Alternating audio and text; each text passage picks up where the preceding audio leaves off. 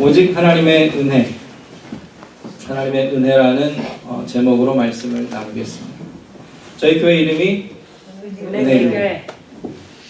저희 교회는 은혜가 없으면 안 됩니다. 다른 건 없어도 되는데 은혜가 없으면 안 됩니다. 무엇이 은혜죠? 은혜가 무엇일까요? 은혜는 우리가 잘해서 받는 것이 아니죠. 우리가 얻어서 수고해서 얻을 수 있는 것도 아닙니다. 은혜는 값없이 받는 선물이죠. 나는 전혀 그런 자격이 안 되는 거예요. 받을 만한 그런 어떠한 것도 할 수 없었고 하지 못했는데 그냥 사랑으로 또 긍휼로 우리에게 주신 것이 은혜입니다. 성도님들의 삶에 은혜가 있으십니까? 아멘. 은혜로 받으신 것들이 있습니까? 아멘. 너무나 많죠.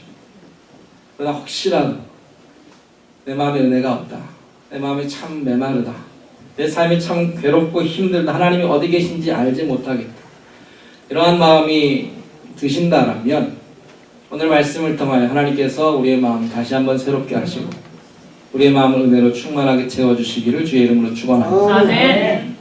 사도 바울이 그렇게 고백합니다. 나의 나되는 것은 하나님의 은혜라. 모든 것이 하나님의 은혜다라고 말하고 있습니다. 예수님을 만나고 난 이후에 바울의 삶은 완전히 달라졌습니다. 우리가 성경을 읽으면 잘 알겠지만 그의 삶은 예수님을 만나기 이전과 이후 비교할 수 없을 만큼 놀라운 변화가 있었습니다. 그리고 그는 과거의 자신과 지금의 자신을 비교하면서 무엇이 더 좋아요? 지금이 훨씬 좋다, 지금이 너무나 복되다, 지금의 내 모습이 너무나도 귀하다라고 그렇게 감사하고 있는 것이죠. 정말 그렇습니까? 정말로 바울의 삶이 예수님을 만나기 이전과 이후를 비교해 보았을 때 우리가 보기에도 훨씬 더 나은 삶이 되었나요? 생각해 볼 필요가 있습니다. 왜냐하면 바울이 자신의 과거에 대해서 성경에 이것저것에서 이야기하는데 먼저 빌립보서 3장 5절과 6절에 보면 이렇게 말씀하고 있어요. 나는 8일 만에 할례를 받고 이스라엘 족속이요 베냐민 지파요 히브리인 중에 히브리인이요 율법으로는 바리새인이요 열심으로는 교회를 박해하고 율법의 의로는 흠이 없는 자로. 사도행전 22장 3절에도 이렇게 말씀하는데 나는 유대인으로서 길리기아 다소에서 낳고 이성에서 자라 가말리아의 문화에서 우리 조상들의 율법에 엄한 교훈을 받았고 오늘 너희 모든 사람처럼 하나님께 대하여 열심히 있는 자라. 복잡하게 설명했지만 한마디로 이야기하면 이런 겁니다. 나는 훌륭한 교육을 받았고 정통 유대인의 가문에서 태어나 그 당시 내노라 하는 그러한 학문을 다 습득했고 젊은 나이에 지도자들에게 인정받아서 이제는 앞길이 활짝 열려 있었던 그런 사람이었다. 그게 과거였다는 거예요. 그런데 예수님을 만난 이후에 그 모든 것을 다 포기했죠. 그래서 그가 얻은 것이 무엇입니까? 놀랍게도 그는 고난과 수고와 고통을 받았습니다. 어떻게 그가 지금의 모습이 정말 하나님의 은혜이고 너무나 큰 축복이며 나는 지금이 훨씬 더 좋다라고 말할 수 있을까요? 하나님의 눈으로 보았기 때문입니다. 그는 과거에 그렇게 소위 말해서 잘 나갔던 삶을 한마디로 요약하는데 무엇이죠? 나는 교회를 핍박했다. 겉으로 드러나는 모습이 얼마나 화려하고 좋아 보이고 사람들에게 부러움을 살 만한 그러한 많은 것을 가지고 있었다 하더라도 하나님의 눈으로 그의 인생을 요약해보면 예수님 만나기 전에 그는 교회를 핍박했던 사람입니다. 뒤집어서 이제 주님을 만나고 주님을 따르고 주님을 섬기기 위하여 수고하고 애쓰는 그의 삶. 과거에는 죄인의 괴수였고 가장 하나님을 괴롭혔던 그러한 인물이었다면 이제는 주를 위하여 그가 그렇게 미워하고 싫어했던 복음을 위하여 살아가는 사람이 되었다라는 것입니다. 무엇이 더 좋다고요? 주를 위하여 고난받는 것이. 죄 가운데 하나님을 거역하고 하나님을 거스리는 것보다 훨씬 더 복되다라는 것입니다. 그리고 이것이 은혜입니다.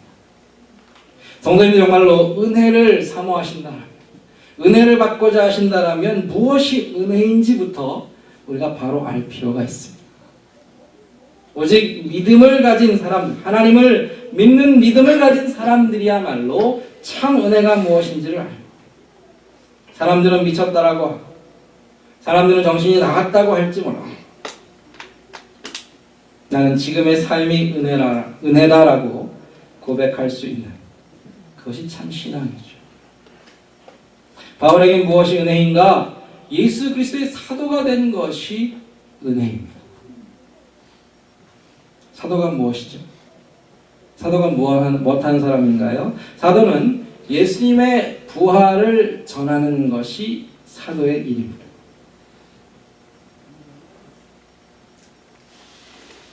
그럼 부활을 전하려면 먼저 부활을 믿어야죠. 누구의 부활인가요? 예수님의 부활. 예수님은 거짓말자이고, 예수님은 이단의 괴수이고, 예수님은 그 민족을 미혹하는 자다. 그러한 확신을 가지고 예수님을 믿고 예수님의 부활을 전하는 사람들을 잡아 가두던 사람이 이제는 반대로 목숨을 걸고 예수님의 부활을 전하는 사람이 되었습니다. 그렇게 사람이 확 달라진 것을 보신 적 있으세요? 아니면 여기 계신 분들 중에 내가 완전히 180도 다른 삶을 살고 있다라고 그렇게 자신 있게 말씀하실 분이 계십니까? 사람이 어떻게 바뀔 수 있죠? 어디 가다가 쥐어 박으면 사람이 바뀌나요? 아니면 뭐 큰 사고를 만나면 사람이 바뀌나요? 사람이 잘 안 바뀝니다. 잘 변하지 않습니다. 그런데 사울이 바울이 된 것, 교회를 핍박하던 자가 교회를 위해 핍박을 받는 자가 된 것, 이것이 뭐라고요? 하나님의 은혜입니다. 나의 나 된 것은 하나님의 은혜라. 내가 이렇게 완전히 새로운 삶을 살 수 있게 된 것이 하나님의 은혜라. 지금도 내가 변화되는 것이 하나님의 은혜이고 더욱더 큰 변화로 사모함으로 나아가는 것조차 하나님의 은혜다. 바울은 이렇게 선언하고 있는 것입니다. 그가 하나님을 위하여 살면 살수록, 더 주를 사랑하고 사모하면 사모할수록 그가 잊을 수 없는 한 가지 사실이 있습니다. 무엇이죠? 그의 과거입니다. 나는 과거에 하나님의 교회를 핍박한 자입니다. 그러한 과거의 행위를 보면, 나의 과거를 살펴보면 나는 도무지 하나님의 종으로, 주의 사도로 살 수 있는 그런 사람이 아니지만 하나님께서 오직 나를 사도로 불러주신 것은 무엇이라고요? 하나님의 은혜다라는 것입니다. 세상 법대로 하면, 사람들의 기준으로 하면 절대로 사도가 될 수 없는 사람이죠. 그의 능력으로, 그의 출신이나 이런 걸 아무리 고려해 보아, 그가 한 행동을 보면, 그가 한 짓거리들을 보면 어떻게 바울이 사도가 될 수 있습니까? 그 때문에 핍박받고 고통받은 사람들이 교회 안에 이미 여전히 그대로 있는데 그를 우리가 어떻게 사도로 받을 수 있겠습니까? 하나님의 은혜로 내가 사도가 되었다. 그는 교회 앞에 부끄럽지만 늘 그렇게 그 사실을 분명하게 말했습니다. 예수 그리스도의 종 바울, 하나님의 은혜로 사도된 바울, 그는 그 자신이 사도가 된 것을 어디에서나 말할 수 있었습니다. 왜냐하면 그것이 자신의 공로나 힘으로 된 것이 아니라 오직 하나님의 은혜였기 때문이죠. 그가 자신의 사도됨을 말한 것은 자신을 자랑한 것이 아니라 말할 수 없는 은혜를 통하여 자신을 사도되게 하신, 자신을 자신되게 하신 하나님을 증거하는 것입니다. 그가 어떻게 하나님의 은혜를 잊어버릴 수가 있으며 어떻게 그가 하나님의 은혜를 부인할 수 있겠습니까? 모두가 다 아는 사실, 과거에 비참하고 수치스러운 그 모습을 모두 다 알고 있지만 하나님의 은혜로 그가 완전히 새로운 사람이 되어서 이제는 주를 위하여 십자가의 복음과 부활을 위하여 자신의 삶을 드리고 자신의 모든 것을 바치는 이러한 변화, 이러한 새로운 생명은 오직 하나님의 은혜가 아니면 불가능하다라는 것이죠. 우리 안에 하나님의 은혜가 있습니까? 우리의 삶에 이러한 변화가 있습니까? 우리 안에 이러한 새롭게 되는 역사가 있습니까? 나의 나된 것이 하나님의 은혜입니까? 우리의 모습이 날마다 주님 닮은 모습으로 변화되는 것, 이것이 은혜입니다. 이번 감사절에 무엇을 감사하시겠습니까? 하나님, 내가 작년보다 지금의 모습이, 과거의 10년의 3년 전의 모습보다 지금 이 순간의 모습이 좀 더 주님과 가까워졌고 주님 닮아졌고 새로워진 것을 인하여 감사합니다. 하나님, 나의 나 되는 것이 참으로 하나님의 은혜입니다. 아멘. 바울은 두 번째로 그가 수고한 모든 것을 통하여 하나님의 은혜를 감사하고 있습니다. 내가 수고한 모든 것이, 내가 한 모든 것이 하나님의 은혜입니다. 사도 바울은 자신이 모든 사도보다 더 많이 수고했다라고 말하고 있습니다. 오늘 10절 말씀에 보면 하반절에 내가 모든 사도보다 더 많이 수고하였다 그랬습니다. 이것은 바울 자신뿐 아니라 모두가 인정해야 할 사실이죠. 신약 성경이 27권으로 되어 있습니다. 그 중에 절반을 바울이 기록했습니다. 사도행전은 여러 사도들이 예수님의 제자들이 교회를 세우고 사역한 그러한 기록을 담고 있는데 13장부터 그 이후까지 절반이 넘는 분량이 사도 바울의 사역에 대한 기록입니다. 특별히 이방인 선교를 이야기할 때 사도 바울을 빼놓고는 설명이 불가능하죠. 성경을 읽어보면, 특별히 신약 성경을 읽어보면 어디에나 바울의 이름이 나옵니다. 바울은 정말로 어떠한 다른 사람들보다 열심히 일했어요. 수고하고 애썼어요. 3번의 전도 여행을 통하여 아시아와 유럽에 복음을 전했고 곳곳에 교회를 세웠습니다.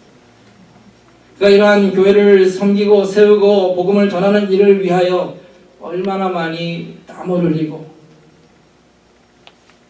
일을 하고 또 그 때문에 핍박과 고난을 당했는가 상상해 볼 수 있을 것입니다. 정말 그는 어느 누구보다도 열심히 일했습니다. 그런데 바울은 이게 다 무엇이라고요? 하나님의 은혜다라고 말하고 있습니다.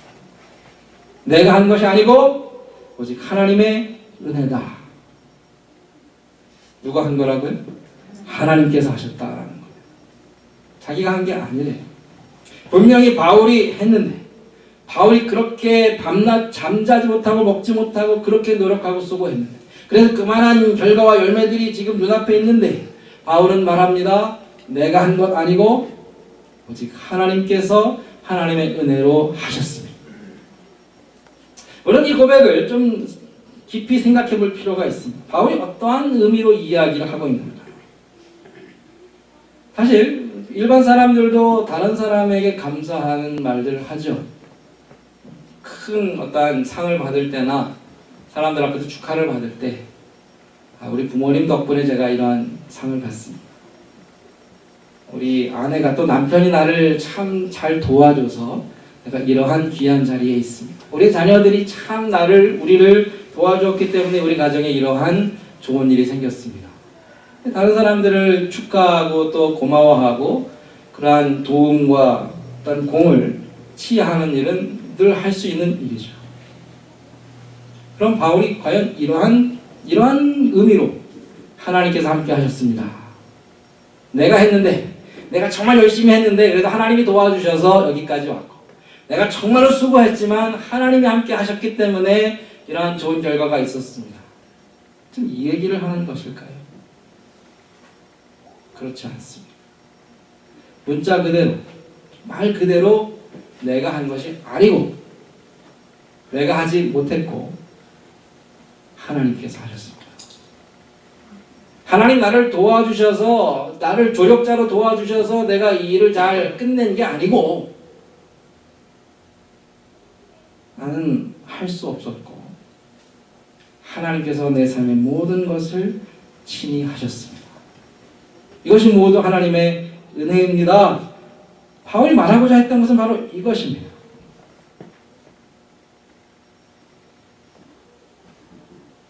사실 바울만큼 열정적인 사람 성경에 흔치 않고요. 바울만큼 능력 있는 사람 그렇게 많지 않아요. 그러니까 바울 우리가 보면 저 정도 할 수 있는 사람이다 그렇게 생각할 수 있을 것 같아요. 그런데 처음에 우리가 살펴본 것처럼 나의 모든 것은 하나님의 은혜다 이러한 신앙을 가지고 바울의 고백을 우리가 이해해 보려고 하면 바울은 정말로 하고 싶은 말이 있는데 그것은 내가 한 것이 아닙니다. 성도님들, 여러분들 정말 들으셔야 합니다. 내가 한 것이 조금도 없었습니다. 오직 하나님께서 하셨습니다. 이것이 하나님의 은혜입니다. 이것을 강조하고 있습니다. 그는 이 얘기를 하는 겁니다. 내가 열심히 있지만, 내가 능력이 있지만 그 열심 가지고, 그 능력 가지고 내가 하는 것이 무엇입니까? 여러분들이 다 알지 않습니까? 나는 그 열심 가지고 교회를 힘들게 했고 그 능력 가지고 교회를 핍박했고 내가 갖고 있는 힘과 권력을 가지고 사람들을 감옥에 가두는 일, 그것이 내가 한 일입니다. 그런데 하나님께서 나를 은혜로 사로잡으시고 하나님께서 내 마음을 붙잡으시니까 과거의 그러한 모든 거짓되고 악한 것들을 이제는 버리고 하나님께서 원하시는 그 일을 내가 할 수 있게 되었습니다. 지금도 내 안에 혈기가 있고 지금도 내 안에 나의 주장이 있고 나의 계획과 나의 뜻이 있지만 그 뜻대로 하면 결국은 교회를 힘들게 할 수밖에 없지만 그때마다 하나님의 은혜가 나를 사로잡아 주셨기 때문에 하나님의 일을 할 수 있게 하시고 나의 주장이 아니라 오직 하나님의 영광을 위한 일을 하나님께서 내 안에서 하고 계십니다. 이것이 성도의 삶이라는 거예요. 성도들이 열심히 있어야 하죠. 우리 안에 뜨거움이 있어야 합니다. 물불을 가리지 않고 열심히 일하셔야 해요. 그러나 그 수고와 그 땀과 그 눈물이 나의 것이 되어서는 안 된다라는 거예요. 하나님의 은혜가 우리를 사로잡으시고 우리를 강권하셔서 하나님이 일하셔야 합니다. 우리는 이와 비슷한 이야기를 모세의 삶에서 찾아볼 수 있습니다. 모세 잘 아시죠? 프린스 오브 이집트, 이집트의 왕자. 그 당시 최고의 강대국, 미국과 비교할 만한 당시의 최고의 강대국에서 황실에서 왕이 되는 수업을 받은 사람이 모세죠. 지도자로서 갖춰야 할 모든 덕목과 능력과 기술과 지도력을 훈련받은 사람이 모세입니다. 그런 그러한 외적인 조건과 능력뿐 아니라 성도들, 하나님의 백성들, 동족 히브리인들에 대한 선한 마음이 있었어요. 노예로 고통받고 있는 그 동족들을 돕고자 하는, 그들을 구원하고자 하는 좋은 마음까지도 갖고 있었다. 누가 보아도 참 지도자감이다. 누가 보아도 참 모세가 큰 일, 위대한 일을 하겠다. 그렇게 생각하지 않겠습니까? 그리고 이제 40이 되어서 젊은 중년의 나이에 뭔가 시작할 수 있는 그 나이가 되었는데 그가 이 모든 능력과 열정과 힘을 가지고 한 일이 무엇이죠? 사람을 죽였습니다. 그는 정말로 돕고 싶었습니다.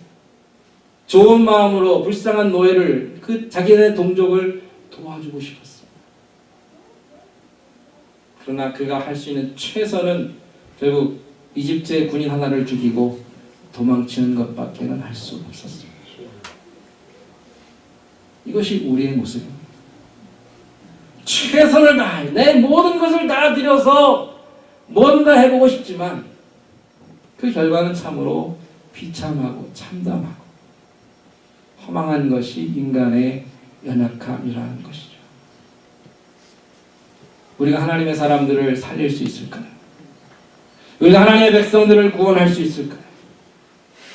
모세가 혹시라도 그때 그 사람을 죽이지 않았다고 한들 그가 정말로 많은 것을 준비하고 계획하고 수고해서 이 사람들을 내가 내 손으로 살려버리라 좋은 계획을 갖고 있었던들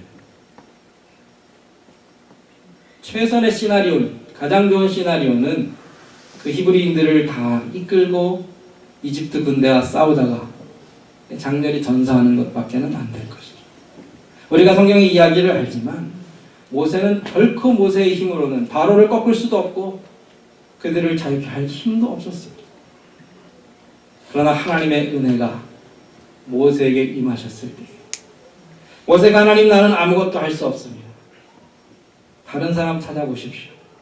나는 이미 내 스스로 어떠한 존재인지를 증명해 보였습니다. 나는 할 수 없습니다. 그렇게 자신을 완전히 겸손히 낮추었을 때 하나님께서는 오직 하나님의 은혜로만 아무도 상상할 수 없는 방법으로 아무도 계획할 수 없는 방법으로 그 하나님의 백성들을 친히 구원해 내셨습니다. 바울이 말하고자 했던 것은 바로 이것입니다. 내가 아무리 수고해도 아무리 힘들게 노력해도 나는 할 수 없습니다. 하나님의 일은 누구만 하실 수 있을까요? 오직 하나님만이 하실 수 있습니다. 하나님께서 사람을 구원하시고 그 모든 지옥의 형벌 가운데서 죄인을 구원해내시는 그 일은 하나님만이 하실 수 있고 오직 하나님의 은혜로만 되는 것입니다. 나는 할 수 없습니다. 성도님들, 우리가 교회로 모여서 하려고 하는 일이 무엇입니까? 우리가 교회로 모여서 하고자 하는 일이 무엇입니까?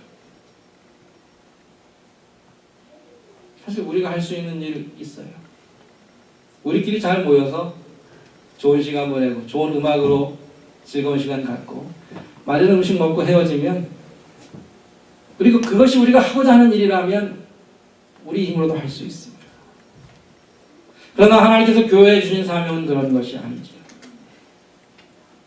오직 믿음으로만 가능한 오직 하나님의 은혜로만 가능한 놀라운 사명을 우리에게 맡겨주시고 그 일을 부탁하셨습니다.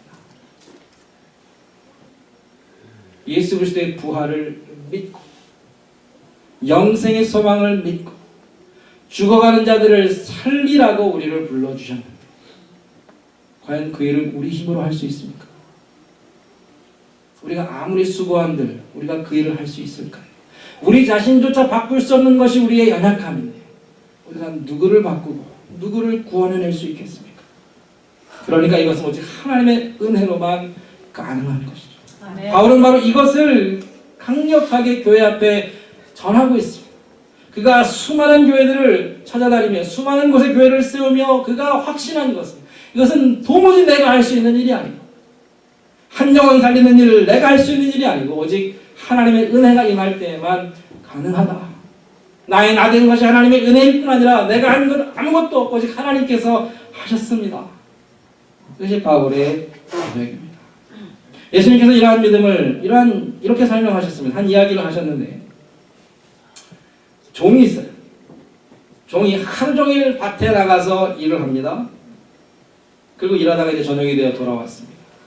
누가 기다리고 있어요? 주인이 딱 기다리고 있어요. 종이 뭐 해야 돼요? 씻지도 못하고 빨리 가서 이제 기다리는 주인에게 음식을 준비해서 서서 앉아있지도 못하죠. 서서 주인이 다 먹을 때까지 시중을 들고 그리고 나야 이제 비로소 쉴 수가 있습니다. 제가 이 말씀을 처음에 어렸을 때 읽었을 때는 화가 났어요. 성경에 어떻게 이러한 말씀이 있는가? 좀 심하지 않습니까? 하루 종일 일했는데 저 같으면 난 괜찮으니까 너 빨리 가서 좀 쉬어라. 제가 주인이라면 그렇게 얘기했을 것 같아요. 아니면 제가 종이었다면 진짜 속에서 막 화가 치밀었을 겁니다. 하루 종일 앉아서 놀다가 이제 힘들게 일하고 돌아온 나에게 밥을 차리라고 해?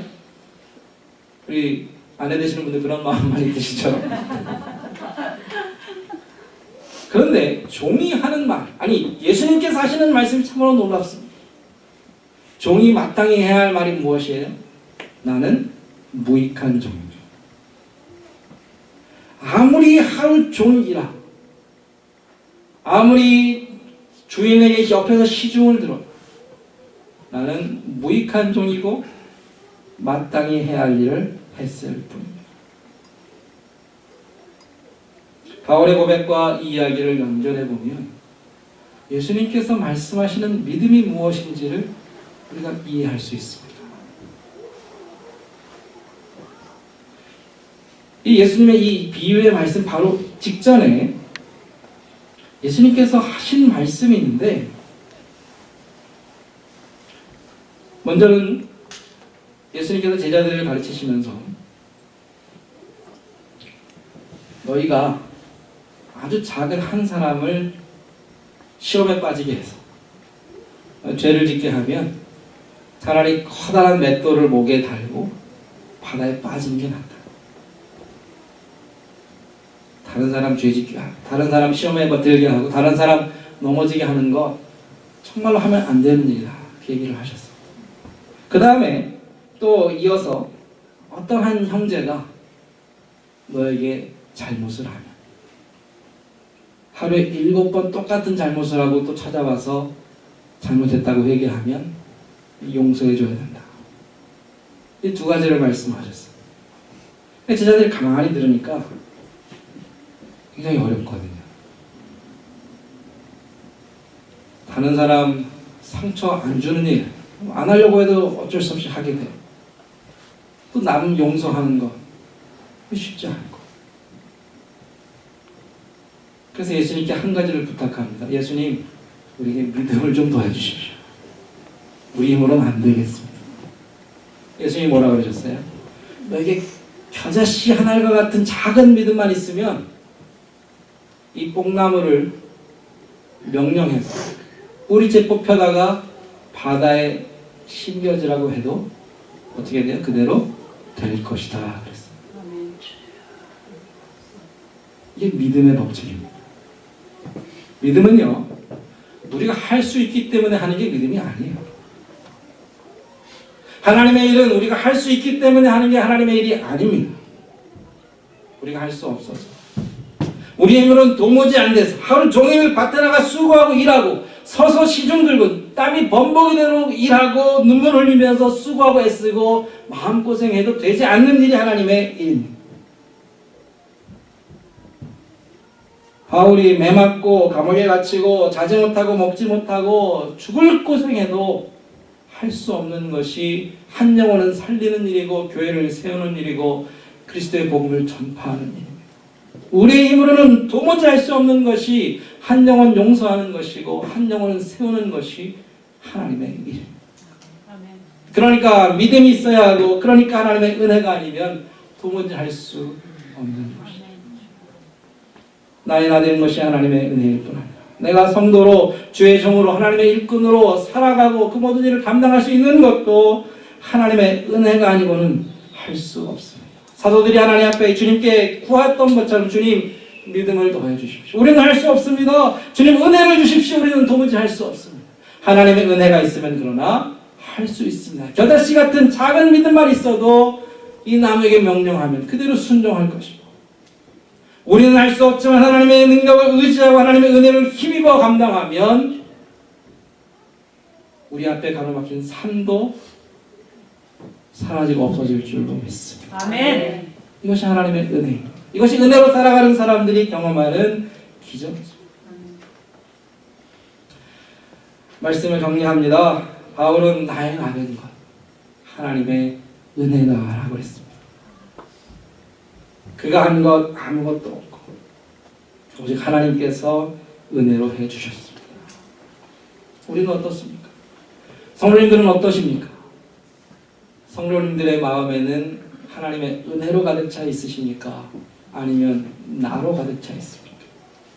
나의 나 된 것은 내 힘이었다, 나의 나 된 것은 나의 수고였고, 나의 나 된 것은 나의 자랑이었다라고 말씀하시겠습니까? 아니면 내 마음은, 내 중심은, 내 삶 전체는 하나님으로 가득하고 하나님만으로 가득하고 하나님의 은혜로만 가득하다, 바울과 같이 고백하시겠습니까? 내가 지금도 내 힘과 내 두 주먹만 믿고 열심히 힘들게 살아가고 계십니까? 내 인생은 내 손으로 이룬 것입니까? 아니면 지금도 하나님께서 은혜로 해주신 놀라운 기적과 간증들로 가득 찬 인생을 살고 계십니까? 나의 나 되는 것은 나의 자랑이 아니라 오직 하나님의 은혜입니다. 아멘. 내가 하려고 했고 수고했고 최선을 다했지만 할 수 없었던 그 일을 하나님께서 나를 통하여 우리를 통하여 우리 안에서 역사하시기 때문에 성도의 삶은 놀라운 기적으로 가득할 것이고 아멘. 하나님께 대한 놀라운 찬양으로 충만할 것입니다. 아멘.